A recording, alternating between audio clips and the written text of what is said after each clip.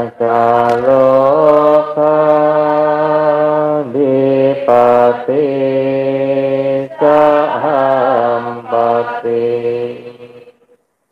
sakandalian diwarang ayakata santi dasata paraja kajat isi sudama anugrah lima pada.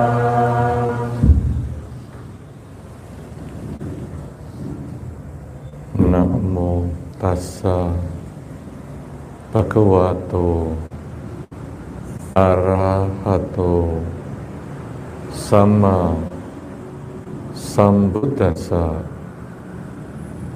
Namo tassa bhagavato arahato sama sambuddhassa. Namo tassa bhagavato arahato sama sambuddhassa. Ia berbahagia di sini, ia berbahagia setelah kehidupan ini. Pembuat kebajikan akan berbahagia di kehidupan ini maupun kehidupan yang selanjutnya.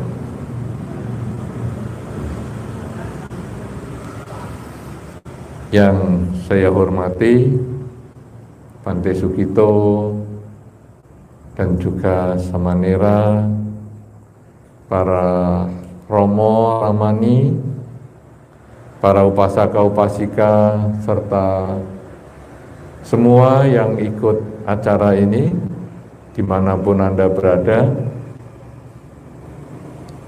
Kita bersama-sama telah membacakan parita untuk para mendiang, para leluhur, keluarga kita yang berhubungan karma dengan kita, dengan harapan semoga dengan kebajikan yang kita lakukan ini, semua makhluk yang berhubungan karma dengan kita akan berbahagia dimanapun mereka berada. Saudara-saudara, pelimpahan jasa sebagaimana yang kita lakukan dalam kesempatan ini adalah merupakan bagian dari ajaran Sang Buddha. Karena sebagaimana yang tadi dibacakan pada saat kita bermeditasi, yaitu tentang khotbah Sang Buddha tentang pelimpahan jasa, Tirobuddha Sutta. Di situ disebutkan bagaimana seseorang diajarkan oleh Sang Buddha untuk berbuat baik dan dilimpahkan jasanya kepada para leluhur, para mendiang. Jadi pelimpahan jasa adalah merupakan ajaran Sang Buddha. Tetapi cara upacara pelimpahan jasa bisa berbeda-beda. Kalau yang di dalam Tirobuddha Sutta atau pada saat Sang Buddha membabarkan khotbah tentang pelimpahan jasa tersebut, di situ seorang raja diceritakan mengundang sangga, mengundang Sang Buddha, mengundang para biku semua untuk menerima pelimpahan jasa atau berbuat baik, dan jasanya dilimpahkan kepada para leluhur yang berhubungan karma dengan raja tersebut. Itu adalah cara pada saat itu. Cara yang kita gunakan saat ini, pelimpahan jasa dilakukan dengan menempelkan nama-nama para mendiang. Kita mulai dengan para pahlawan yang telah gugur untuk mendapatkan kemerdekaan negara kita Indonesia. Kemudian juga para biku, para senior yang telah mendahului. Dan tentu kita tidak lupa dengan mereka-mereka yang meninggal karena pandemi COVID-19, baik itu dari kalangan tenaga kesehatan maupun dari yang lainnya. Saudara-saudara, setelah para pahlawan, para biku, para korban pandemi, korban bencana alam dan sebagainya, kemudian kita lihat lalu nama-nama mendiang. Nama-nama mendiang termasuk juga semua makhluk yang berhubungan karma dengan kita. Ya, di situ disebutkan semua makhluk yang berhubungan dengan si A, semua makhluk yang berhubungan dengan si B dan sebagainya. Karena kadang-kadang kita mengingat mendiang tertentu, tetapi kadang kita lupa bahwa ada mendiang-mendiang lain yang bahkan merupakan orang tua kita di kehidupan yang sebelumnya, yang kita kadang tidak kenal. Karena itu kita lalu tulis semua makhluk yang berhubungan karma dengan kita, supaya para leluhur kita yang kita tidak kenal pun kita bisa limpahi jasa. Orang tua kita di kehidupan-kehidupan yang sebelumnya pun kita juga bisa ingat dan kita limpahkan jasa. Karena mungkin ada di antara leluhur kita, mungkin ada di antara orang tua kita di banyak kehidupan yang sebelumnya yang masih belum berbahagia. Dengan kita melakukan pelimpahan jasa, kita membantu mereka supaya mereka bisa memperoleh kebahagiaan.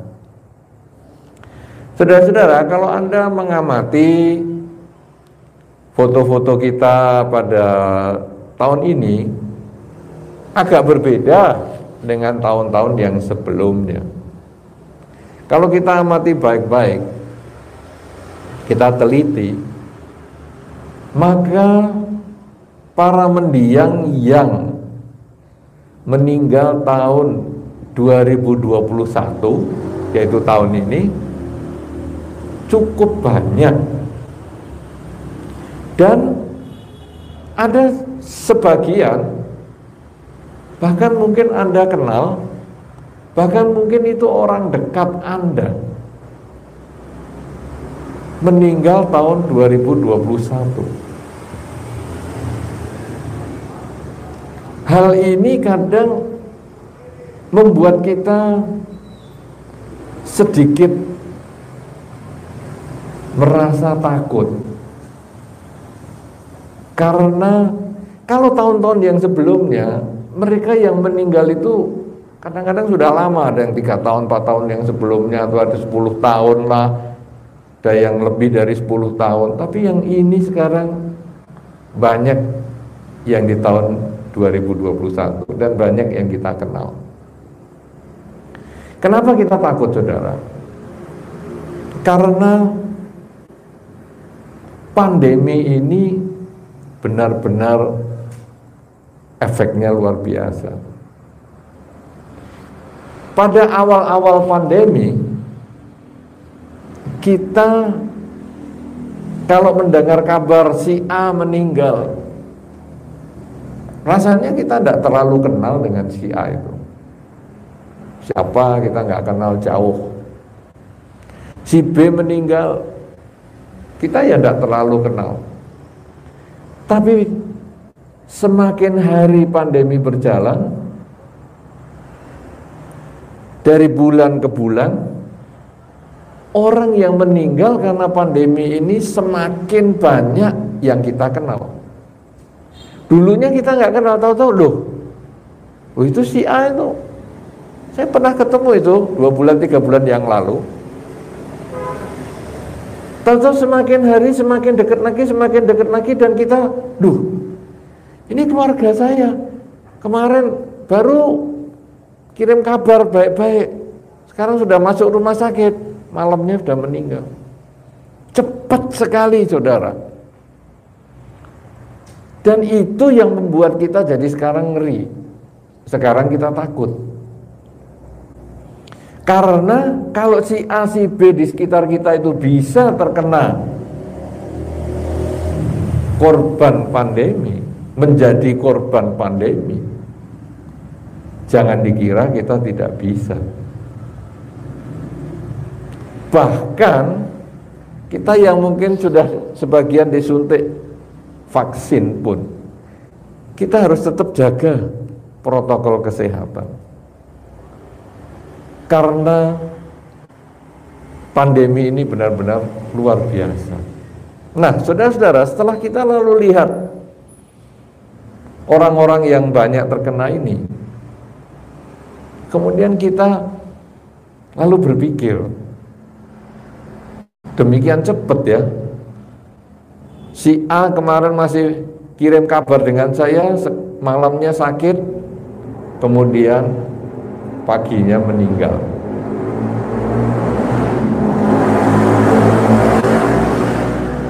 Kalau di dalam Dhamma dikatakan, orang yang melihat matahari tenggelam hari ini belum tentu akan melihat matahari terbit besok. Orang yang melihat matahari terbit pagi hari belum tentu melihat matahari tenggelam. Sangat cepat waktu berjalan. Hidup hanya seperti satu kedipan mata saja. Sehingga kemudian kita takut sekarang. Apa yang harus saya persiapkan? Kalau di dalam Dhamma kan diajarkan kita berbuat baik. Oh ya, saya akan berbuat baik. Berbuat baik dengan pikiran, saya berbuat baik dengan ucapan, saya berbuat baik dengan badan. Iya, saya akan berbuat baik. Kalau di dalam Tirokuda Sutta tadi juga disebutkan, ya bagaimana kita berbuat baik, ya agar selain kita berbuat baik untuk para leluhur, kehidupan sangga bisa terdukung dan lain sebagainya. Tadi sudah dibaca dengan baik. Kalau Anda belum jelas, Anda nanti bisa lihat dari berbagai sumber terjemahan Tirokuda Sutta itu. Tapi sekarang kita waktunya tidak banyak ini. Kalau saya diajari berbuat baik, berarti kan saya butuh waktu panjang. Sekarang saya umurnya 30. Kemudian kalau umur rata-rata orang meninggal, ya katakanlah 70. Berarti saya masih 40 tahun punya kesempatan berbuat baik. Oke? Ya itu kalau kita masih punya 40 tahun. Tapi kita melihat matahari tenggelam belum tentu melihat matahari terbit. Lihat matahari terbit belum tentu lihat matahari tenggelam. Kematian bisa datang setiap saat. Saya sudah nggak sempet ini berbuat baik yang luar biasa. Saya nggak bisa berbuat baik sedikit demi sedikit, supaya nanti saya akhirnya di akhir kehidupan saya 40 tahun lagi, saya sudah banyak timbunan kebajikan. Saya tidak punya lagi, tidak punya waktu, tidak punya kesempatan. Suatu ketika kita akan bisa dipasang nama kita atau foto kita di papan itu. Ada di antara Anda yang tahun ini memasang foto yang tahun lalu masih hidup orangnya? Ada kan? Banyak sekali, karena tadi saya sudah sampaikan yang meninggal tahun 2021 ini banyak sekali. Bahkan di pemakaman-pemakaman, di krematorium aja sampai ngantri-ngantri kerja 24 jam untuk menyempurnakan jenazah. Jadi sangat banyak. Ini menunjukkan hidup yang demikian cepat dan rapuh. Sekarang gimana kalau kita nggak punya waktu untuk berbuat baik? Nah, saudara-saudara, di dalam Dharma ada satu kisah bahwa ketika Anda sudah tidak ada kesempatan untuk berbuat baik lewat pikiran, ketika Anda sudah tidak ada kesempatan berbuat baik lewat ucapan, ketika Anda sudah tidak ada kesempatan untuk berbuat baik lewat badan Anda, maka yang harus Anda siapkan saat ini juga, seketika ini juga, karena seketika ini bisa terjadi berhentinya nafas kita, yaitu memiliki keyakinan. Memiliki keyakinan itu bisa kita miliki seketika.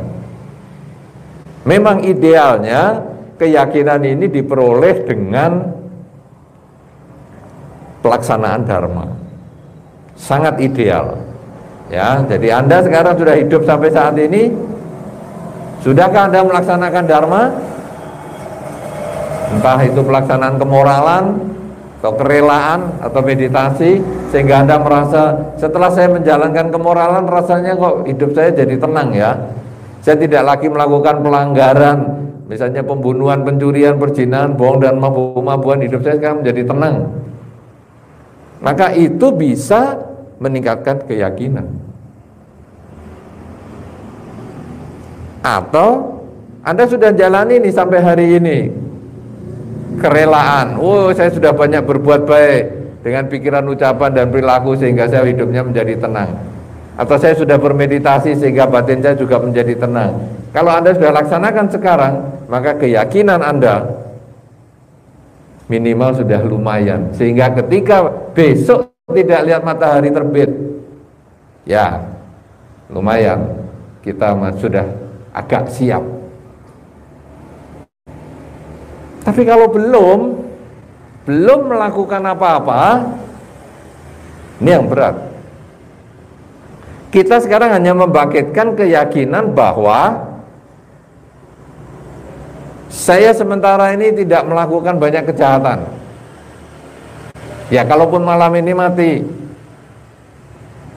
ya saya bisa lahir di alam bahagia karena saya tidak banyak kejahatan. Tapi saya ngeri juga ya, karena pikiran akhir waktu orang meninggal itu juga menentukan.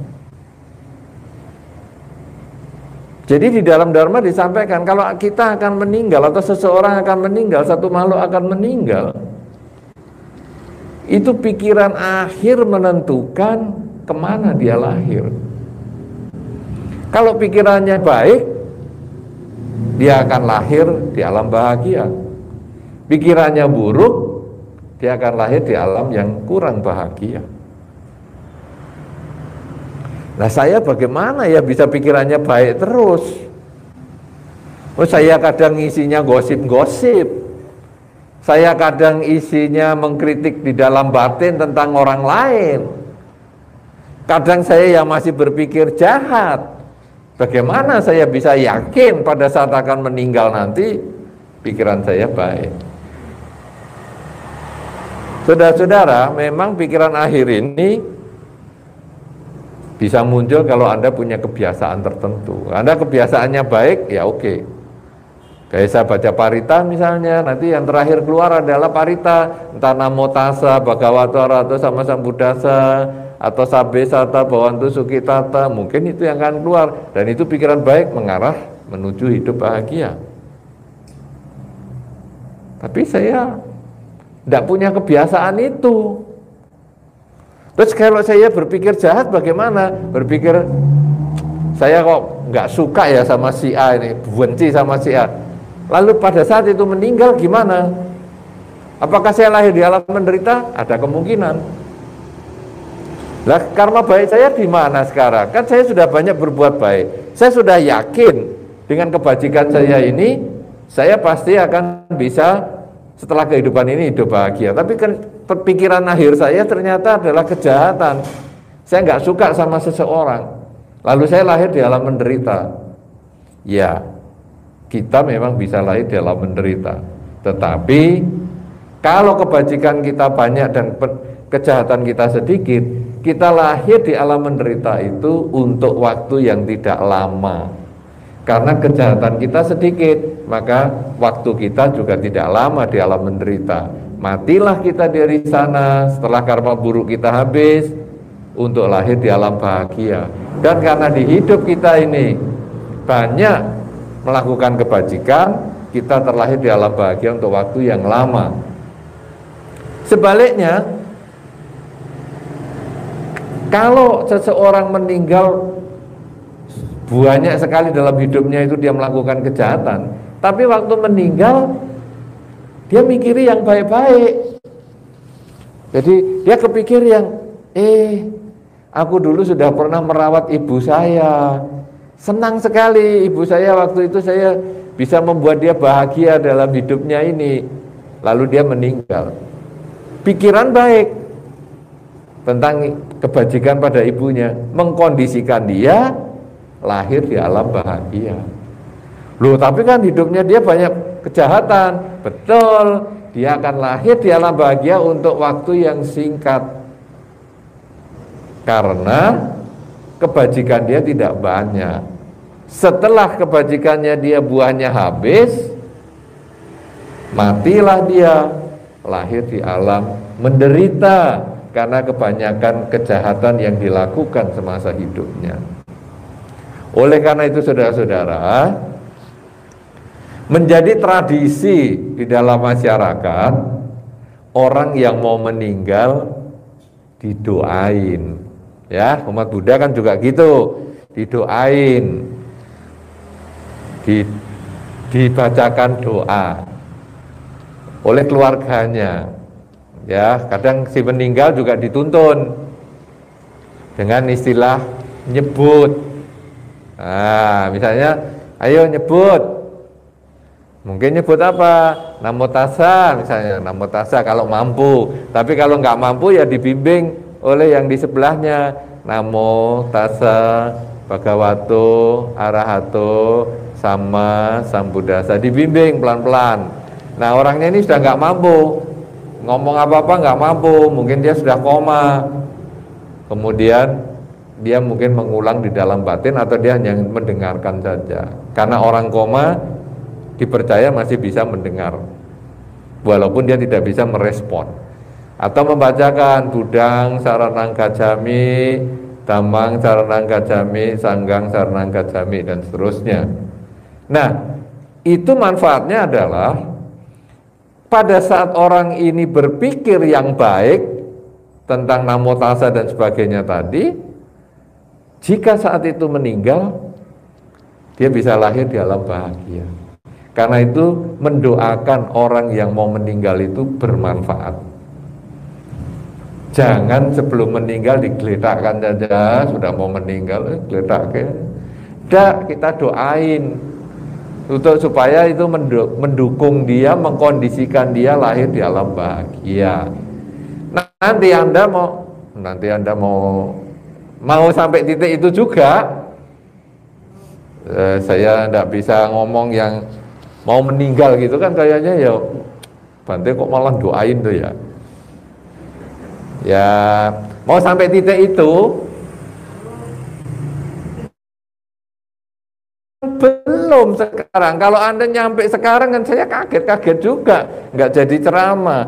Jadi sekarang seandainya kita sudah mau sampai titik itu, kita juga mengulang, kalau mampu mengulang sendiri. Makanya dibiasakan sekarang, semoga semua makhluk bahagia misalnya. Atau kalau enggak, keluarga kita. Ya, kalau Anda melihat sudah ada orang yang mau berangkat, kita bacakan doanya. Itu mengkondisikan dia lahir di alam bahagia.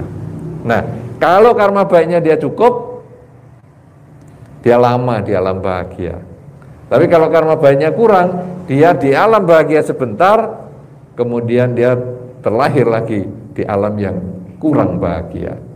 Nah, ini salah satu modal untuk kita seandainya tidak lagi bisa melihat hari esok. Terus keyakinan yang lain apa ini ya? Nah, saudara-saudara, ada satu hal yang luar biasa sekali di dalam Dhamma yang disampaikan adalah pada satu ketika Sang Buddha tinggal di kota Sawati.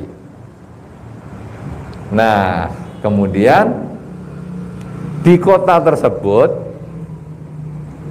ada seorang yang sangat kikir. Kikir alias pelit. Ya, pelit. Dia punya anak tunggal. Saking pelitnya itu, anak ini kurang dibiayai macam-macam. Maksudnya gini, kalau anak ini sakit, dia tidak diajak ke dokter, karena kalau diajak ke dokter mahal bayarnya. Jadi kalau anak ini masuk angin, bapak ini pergi ke dokter, kemudian tanya-tanya sama dokter sambil ngobrol-ngobrol, ngopi-ngopi, ngobrol, dia ngomong, dokter, kalau orang masuk angin itu obatnya apa tuh dok? Kamu kok laris sekali jadi dokter? Obat masuk angin itu apa kalau saya boleh tahu? Oh, dokternya mengeluarkan omongan. Oh, masuk angin itu gampang. Obatnya ini. Sama bapak ini diinget-inget.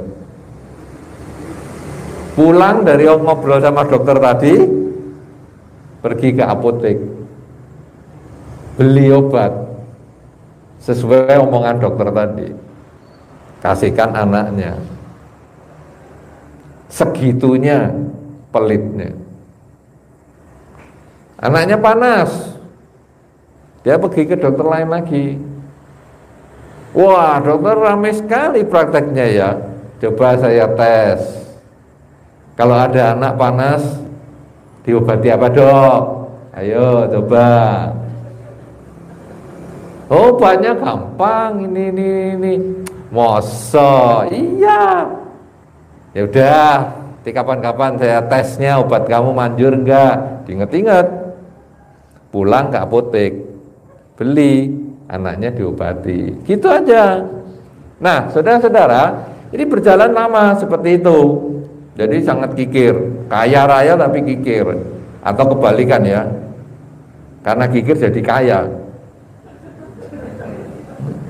Enggak lah, orang bukan kikir jadi kaya. Dia memang kaya karena punya karma baik, tapi kikir berarti dia hilang kesempatan berbuat baik. Kan mestinya bisa berdana dan lain sebagainya toh dengan kekayaannya. Nah, satu ketika anak ini sakit sungguhan. Sakit sungguhan sampai akhirnya tidak ketulungan. Oleh si bapak ini, anak tersebut diletakkan di teras rumah, seolah-olah baru santai-santai di teras rumah, supaya nggak ketahuan kalau sakit. Tapi sebetulnya anak ini sudah parah. Pada saat itu Sang Buddha mau pergi pindapata di kota Sawati tadi. Kemudian sudah biasa sekali Sang Buddha setiap pagi melihat siapa ya hari ini yang kira-kira bisa dibantu untuk memperoleh kebahagiaan. Kemudian Sang Buddha melihat, waduh, anak ini yang sekarang diletakkan di teras rumah ini hari ini akan meninggal. Ini kalau saya tidak bantu, dia akan lahir di alam menderita. Tapi kalau saya bantu, dia bisa lahir di alam surga. Ya udah. Kemudian Sang Buddha tidak patah, arahnya ke rumah anak itu. Saudara-saudara, akhirnya sampailah Sang Buddha setelah keliling kemana-mana, sampailah di teras rumah tersebut. Dan bertemu dengan anak itu. Tapi anak itu karena sakit dia nggak sadar. Lalu Sang Buddha mengeluarkan kemampuan batinnya sampai akhirnya anak itu sadar dan melihat Sang Buddha. Begitu melihat Sang Buddha dengan auranya yang luar biasa, anak itu timbul rasa keyakinan yang kuat. Keyakinan yang kuat kepada Sang Buddha, dan dia menyebut, aku berlindung pada Buddha, aku berlindung pada Dharma, dan aku berlindung kepada Sangha. Buddhang saranang gacchami, Dhammang saranang gacchami, dan Sanghang saranang gacchami. Selesai mengucap itu, anak ini meninggal. Dan anak ini meninggal karena keyakinannya yang kuat. Sebelum meninggal, pikiran positif yang baik, lahirlah dia di alam surga. Nah, bapaknya yang ketinggalan anak ini baru stres. Di dunia ini memang sering seperti itu. Kalau hidup disia-siakan, kalau meninggal baru dicari-cari. Ya, itu banyak sekali. Nggak usah yang sulit-sulit lah. Misalnya korek api. Anda mau baca parita, menghidupkan korek api gampang. Anda nanti kurang menghargai korek api itu. Ya, ceklek hidup, ceklek hidup. Tapi begitu korek apinya mati, kehabisan gas, Anda baru kebingungan. Loh, kok mati toh? Nah, ya baru nyari. Itu hidup seperti itu. Listrik juga sama. Ada ceklek-ceklek hidup listriknya. Begitu mati, lu mati, baru stres. Demikian pula dengan manusia. Punya pasangan hidup, masih hidup digegeri terus. Disikut, digegeri, diomeli, bendino pagi bangun tidur sampai malam mau tidur diomeli. Tapi begitu meninggal, dicari. Kok nggak ada lagi ya yang bisa tak omeli hari ini? Dicari. Nah, ini juga sama, bapak ini tiap hari pelit sama anaknya, tapi begitu meninggal stres. Saking stresnya sampai nangis, wah bersedih, ya berkabung lah, ya berkabung dengan luar biasa. Anak yang ada di surga tadi, dia melihat bapaknya, dan dia datang kepada bapaknya menunjukkan kemampuan batinnya sebagai seorang dewa. Lalu dia mengatakan, Pak, kamu nggak usah susah lagi, aku sudah di alam bahagia. Kamu lebih baik, kamu banyak berbuat baik saja, mengundang Sang Buddha dan berbuat baik kepada beliau. Nah, bapak ini setelah didatangi anak, kemudian mosok sih anakku bisa lahir di alam bahagia. Dia nyari Sang Buddha, datangi Sang Buddha di wihara.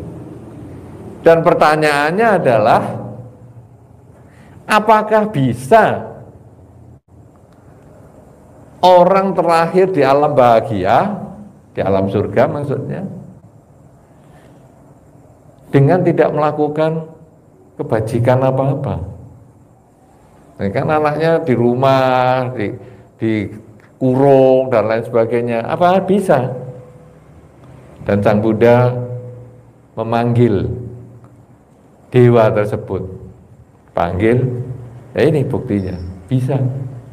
Dia dengan modal keyakinannya. Karena sudah tidak bisa ngapa-ngapa, dia hanya punya keyakinan. Dan kemudian Sang Buddha menyampaikan syair yang luar biasa di dalam Dhammapada 1 ayat 1. Pikiran adalah pelopor segalanya. Pikiran adalah pemimpin. Ya. Semua adalah karena pikiran. Jika kita melakukan dengan pikiran yang baik, kebahagiaan akan mengikuti kita seperti bayang-bayang mengikuti bendanya. Bapak tadi adalah bernama Adina Pubaka. Anak ini namanya Mata Kundali, digelari sebagai Mata Kundali. Nanti kalau Anda cari ceritanya ini ada sebagai latar belakang munculnya Dhammapada 1 ayat 1. Pikiran pelopor segalanya. Artinya kalau kita memiliki keyakinan mati saat ini, kita bisa terlahir di alam bahagia. Sekarang kita tanya pada diri kita masing-masing, sudahkah saya memiliki keyakinan kepada Buddha, Dhamma, dan Sangha, sehingga seandainya malam ini saya tidur dan besok saya tidak bangun, saya sudah siap lahir di alam bahagia. Kalau hari ini Anda belum punya keyakinan, mulailah sekarang dibangkitkan. Cerita ini semoga bisa membangkitkan semangat kita untuk, ya, saya harus yakin. Minimal saya yakin pada hukum sebab dan akibat perilaku saya, bahwa saya dalam hidup ini tidak banyak melakukan kejahatan. Semoga saya bisa terlahir di alam bahagia. Kalaupun saya kebetulan lewat di alam yang kurang bahagia, semoga tidak lama, sehingga saya bisa langsung lahir di alam bahagia.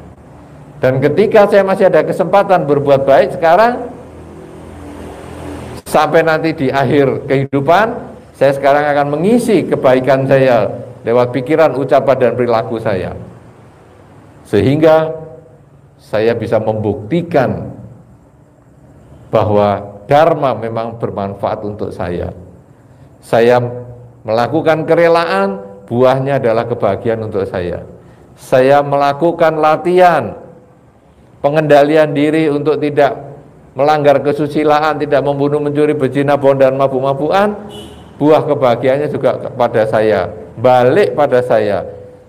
Oh, kalau begitu, inilah buah karma. Inilah saya yang menjadi yakin dengan ajaran Sang Buddha. Keyakinan kita inilah yang akan mengkondisikan seperti Mata Kundali tadi, dia lahir di salah satu alam surga yang disebut surga Tawatingsa atau surga 33 dewa. Kalau nanti Anda baca itu, Anda memahami itu, Anda cari kisah Mata Kundali, nanti Anda akan tahu, oh, kita di dalam Dharma dengan modal keyakinan, kita punya kesempatan terlahir di alam bahagia. Kalau demikian, kita juga melihat nanti para mendiang, para leluhur, sudahkah mereka punya keyakinan kepada Dharma? Oh, sudah. Kesempatan lahir di alam bahagia besar untuk mereka. Wah, kayaknya kok belum. Tapi bagaimana perbuatan baiknya dia? Karena kalau bisa, dia di dalam hidupnya banyak berbuat baik. Tadi kan selain kita juga yakin dengan hukum sebab dan akibat. Wah, dia banyak berbuat baik, ini bapakku memang baik sekali, kakekku baik sekali, orang tuaku di kehidupan yang lampau bagaimana? Juga baik. Kenapa? Karena dia mengkondisikan saya berbuat baik sehingga saya bisa lahir sebagai manusia. Karena kelahiran sebagai manusia tidak mudah. Kita sekarang lahir sebagai manusia karena di dalam kehidupan yang sebelumnya kita dikondisikan untuk banyak berbuat baik. Salah satunya mungkin dengan orang tua kita di kehidupan kita yang sebelumnya. Jadi dengan memiliki pemikiran seperti ini, kita kemudian semakin bersemangat menghabiskan sisa kehidupan kita ini dengan kebajikan lewat pikiran, ucapan, dan perilaku, meningkatkan keyakinan kita kepada Buddha, Dhamma, dan Sangha, sehingga ketika kematian datang saat ini, kita sudah siap. Inilah yang menjadi kebahagiaan di dalam kehidupan kita. Bahwa selama hidup kita bahagia karena memperbanyak kebajikan dengan pikiran, ucapan, dan perilaku yang buah kebaikannya akan kembali ke diri kita.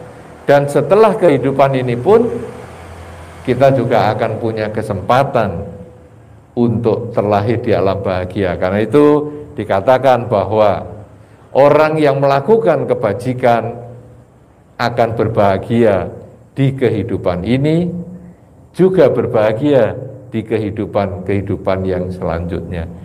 Teruslah berbuat baik dengan pikiran, ucapan, dan perilaku, karena itulah yang akan mengkondisikan Anda berbahagia di kehidupan ini dan selanjutnya. Semoga dengan upacara kita pada kesempatan malam ini akan mengkondisikan para mendiang, para leluhur, semua makhluk yang berhubungan karma dengan kita memperoleh kebahagiaan di alam kelahiran yang sekarang.